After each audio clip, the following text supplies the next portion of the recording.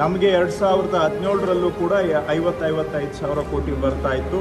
ಇವತ್ತು 5 ವರ್ಷ ಆದಮೇಲೂ 6 ವರ್ಷ ಆದಮೇಲೂ ಕೂಡ 50 ಸಾವಿರ ಕೋಟಿನೇ ಬರೋದು ಅಂತ ಹೇಳಿದ್ರೆ ವರ್ಷಕ್ಕೆ ಸೆಂಟ್ರಲ್ ಗೌರ್ಮೆಂಟ್ ಬಜೆಟು ಡಬಲ್ ಆಗಿದೆ, ಕರ್ನಾಟಕದ ಬಜೆಟು ಡಬಲ್ ಆಗಿದೆ 6 ವರ್ಷದಲ್ಲಿ.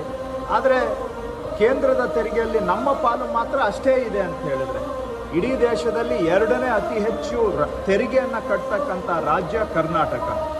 ಹೊರ ದೇಶಗಳಿಂದ ಡಾಲರ್ನಲ್ಲಿ ದೇಶಕ್ಕೆ ಆದಾಯ ತಂದುಕೊಡೋದ್ರಲ್ಲಿ ನಂಬರ್ 1 ಕರ್ನಾಟಕ.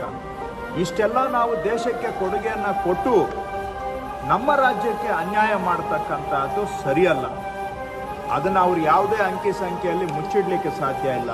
ಈ ಅಂಕಿ ಸಂಖ್ಯೆಯನ್ನು ಬೇಕಾದರೆ ಬರಲಿ, ನಾವು ವಿಧಾನಸಭೆ ಅಧಿವೇಶನ ಮುಂದಿನ ವಾರ ಆರಂಭ ಆಗ್ತಾ ಇದೆ, ಯಾರು ಬೇಕಾದರೂ ಚರ್ಚೆ ಮಾಡಲಿ. ನಾವು ಅಂಕಿ ಸಂಖ್ಯೆ ಎಲ್ಲ ಕೊಡ್ತೇವೆ, ವಿಧಾನಸಭೆಯ ಅಧಿವೇಶನದಲ್ಲಿ ಫ್ಲೋರ್ ಆಫ್ ದ ಹೌಸಲ್ಲಿ ಕೊಡ್ತೇವೆ, ಯಾರು ಬೇಕಾದರೂ ಚರ್ಚೆ ಮಾಡಲಿ.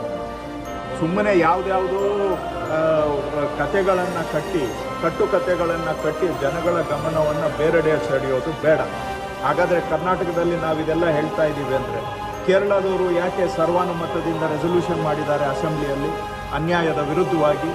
ತಮಿಳುನಾಡಿನವರು ಯಾಕೆ 8ನೇ ತಾರೀಕು ಡೆಲ್ಲಿಯಲ್ಲಿ ಪ್ರತಿಭಟನೆ ಮಾಡ್ತಾ ಇದ್ದಾರೆ? ವೆಸ್ಟ್ ಬೆಂಗಾಲ್ನವರು ಯಾಕೆ ಕಲ್ಕತ್ತಾದಲ್ಲಿ ಪ್ರತಿಭಟನೆ ಮಾಡ್ತಾ ಇದ್ದಾರೆ? ಒಟ್ಟಾರೆ ಈ ಒಂದು ದಿನಗಳಲ್ಲಿ ಕೇಂದ್ರ ಸರ್ಕಾರ ರಾಜ್ಯಗಳನ್ನು ವ್ಯವಸ್ಥಿತವಾಗಿ ಶಕ್ತಿ ಕುಂದಿಸುವಂಥ ಕೆಲಸವನ್ನು ಮಾಡ್ತಾ ಇದೆ. ರಾಜ್ಯಗಳ ಶಕ್ತಿ ಕುಂದಿದರೆ ದೇಶದ ಶಕ್ತಿ ಕುಂದುತ್ತೆ.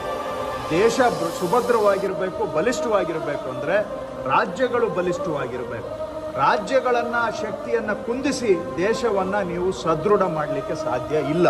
ಹಾಗಾಗಿ ಕೇಂದ್ರ ಸರ್ಕಾರ ತನ್ನ ಈ ಧೋರಣೆಯನ್ನು ಬಿಟ್ಟು ರಾಜ್ಯಗಳು ಚೆನ್ನಾಗಿದ್ದರೆ ದೇಶವೂ ಚೆನ್ನಾಗಿರುತ್ತೆ ಅನ್ನುವಂಥ ದಿಕ್ಕಿನಲ್ಲಿ ನಾವೆಲ್ಲರೂ ಒಂದುಗೂಡಿ ಕೆಲಸ ಮಾಡೋದು ದೇಶದ ಹಿತದ ದೃಷ್ಟಿಯಿಂದ ಒಳ್ಳೆಯದು ಅನ್ನೋದು ನನ್ನ ಅಭಿಪ್ರಾಯ. ಧನ್ಯವಾದ.